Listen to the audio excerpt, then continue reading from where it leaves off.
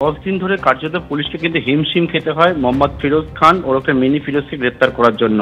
এবং সেক্ষেত্রে পুলিশ কিন্তু বিভিন্ন জায়গায় মিনি ফিরোজ কোথায় কোথায় যেতে পারে সেই মতো ভিন রাজ্যের বিভিন্ন জায়গায়, তার মধ্যে বিহার, পাটনা, উত্তরপ্রদেশ, দিল্লি, মুম্বাই, এই সমস্ত জায়গায় লালবাজারের গোয়েন্দারা তারা একটা ওত পেতে থাকে, কিন্তু কোনো রকম ভাবেই মিনি ফিরোজের নাগাল তারা পায়নি।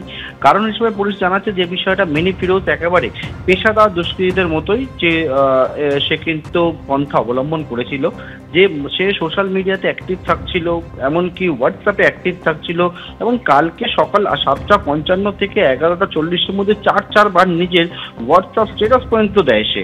এবং সেক্ষেত্রে কিন্তু যেটা জানা যাচ্ছে পুলিশ সূত্র মারফত, সে হচ্ছে মোবাইল থেকে সিম কার্ডটি খুলে রেখে একেবারে ওয়াইফাই এর সঙ্গে কানেক্ট করিয়ে বা ভিওআইপি কলের মাধ্যম দিয়ে কথা বলছিল, সবকিছু সে কিন্তু অ্যাক্টিভ অবস্থায় ছিল। সোশ্যাল মিডিয়া একের পর এক সে কিন্তু তার বক্তব্য রাখছিল, পুলিশকে কার্যত চ্যালেঞ্জ ছুড়ে দিচ্ছিল।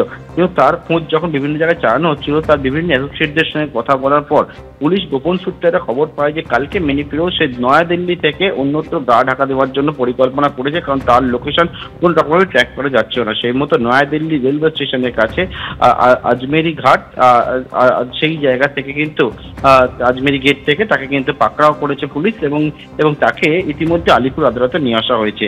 যদিও যে মিনি ফিরোজ দেখতে পাওয়া যাচ্ছিল যে বারবার তিনি কিন্তু সংবাদ মাধ্যমে প্রশ্নের উত্তর দিচ্ছিলেন, এর আগে সোশ্যাল মিডিয়ায় অ্যাক্টিভ ছিলেন, কাউন্সিলর সুশান্ত ঘোষের নামেও কিন্তু একের পর তোপ ডাকছিলেন, কিন্তু আজকে যখন তাকে আদালতে পেশ করা হয়, তাকে প্রশ্ন করা হলো তার গ্রেফতারি সংক্রান্ত বিষয়, কোনো কথা এসে বলেনি। বর্তমানে আলিপুর লকআপে বা কোর্টে সেখানে কিন্তু মিনি ফিরোজ বর্তমানে রয়েছে। আর কিছুক্ষণ পর তার মামলা শুনানি শুরু হবে। পুলিশ তাকে নিজেদের কাস্টডিতে চেয়ে আবেদন জানাবে, কারণ গুলশান কলোনিতে যে ঘটনা ঘটে পুলিশ মনে করছে যে এই ঘটনাটা পুরোটাই পূর্ব পরিকল্পিত ছিল। যখন এই রকম অস্ত্র দাপাদাপির ঘটনা ঘটে তার আগে কয়েক ঘন্টা আগে মিনি ফিরোজ কলকাতা ছেড়েছিল, তেমনটাও কিন্তু আমি জানতে পেরেছি।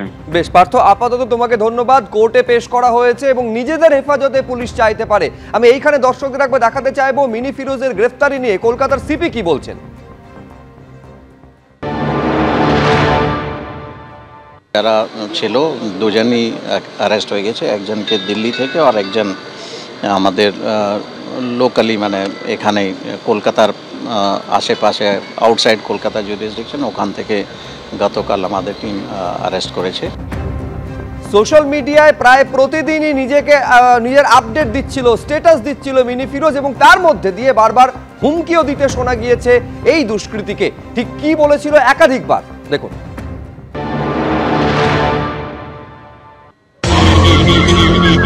और आपने हमारा शांत रूप देखा है महोदय, आशा करते हैं कि हमारा रौद्र रूप देखने को ना मिले, अन्यथा जन्म का पश्चाताप मृत्यु तक रहेगा। श्री सुशांत कुमार घोष जो मुझे एंटी सोशल बता रहे हैं, तो याद है कुछ इलेक्शन पीरियड में ये एंटी सोशल को लेके घूरते थे भाई। आप हम खुद टेढ़ा है, हमसे सीधा से बात कीजिएगा हम सीधा है, टेढ़ा से बात कीजिएगा तो हम बहुत बड़ा टेढ़ा है।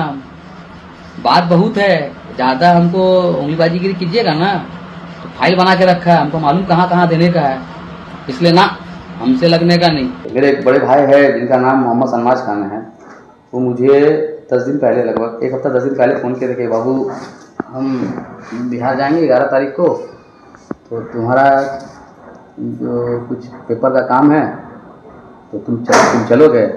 हम भागे हुए नहीं मेरे भाई, हम कुछ काम से आए थे, मेरा काम अभी तक हुआ नहीं है। अभी देखिए ये गोली बम चला, अभी परेशानी है क्योंकि हम जानते हैं घर से हट के रहना पड़ेगा, क्योंकि ये मेरे साथ हो चुका था पहले, आज से 2 साल 3 साल पहले एक और झमेला हुआ था जिसमें हम नहीं थे। अच्छा, हम मास्टरमाइंड, ऐसा नहीं बोला यार मास्टरमाइंड कितने बड़े हम मास्टरमाइंड है, तो बात के बात तो बोल के फायदा नहीं है। গুলশান কলোনি কাণ্ডের মাস্টারমাইন্ড এই মিনি ফিরোজ সুশান্ত ঘোষের নাম করে হুমকি পর্যন্ত দিতে দেখা গেছে তাকে সোশ্যাল মিডিয়ায়। সুশান্ত ঘোষ কি বলেছিলেন দেখুন। আমরা গত 2 মাস ধরে কন্টিনিউয়াস পুলিশকে বলে আসছি, যে আমি নিজে বলেছি যে এখানে এই জিনিসগুলো ঘটছে, বাইরে থেকে ক্রিমিনালরা এখানে আসছে, এখানে শেল্টার হচ্ছে, এখানে অস্ত্র বাইরে থেকে আমদানি করা হচ্ছে, আমি বারবার করে পুলিশকে জানিয়েছিলাম। গুলশান কলোনিতে অস্ত্র হাতে দাপাদাপি গুন্ডারাজের 10 দিন পর অবশেষে গ্রেফতার করা হয়েছে মিনি ফিরোজকার এই মিনি ফিরোজের গ্রেফতারি নিয়ে বিজেপির কি বক্তব্য, কেন্দ্রীয় শিক্ষা প্রতিমন্ত্রী কি বলছেন, দেখুন একবার। এখন গ্রেপ্তার হয়েছে, এতদিন সময় লাগলো পুলিশকে সেই জন্য বঙ্গশ্রী দেওয়া উচিত, বঙ্গরত্ন দিন 2-4টে কিছু এরকম পুলিশকে, এবং তারপরে সে বহাল তবিয়তে মিডিয়ার সামনে এসে লাইভ করছিল, সমস্ত ফেসবুক লাইভ করছিল, তাকে পুলিশ ধরতে পারছে না, অথচ কে কোথায় টুইট করলো তাকে অ্যারেস্ট করার জন্য পুলিশ দৌড়ে যাচ্ছে। এ কি পুলিশ রে ভাই?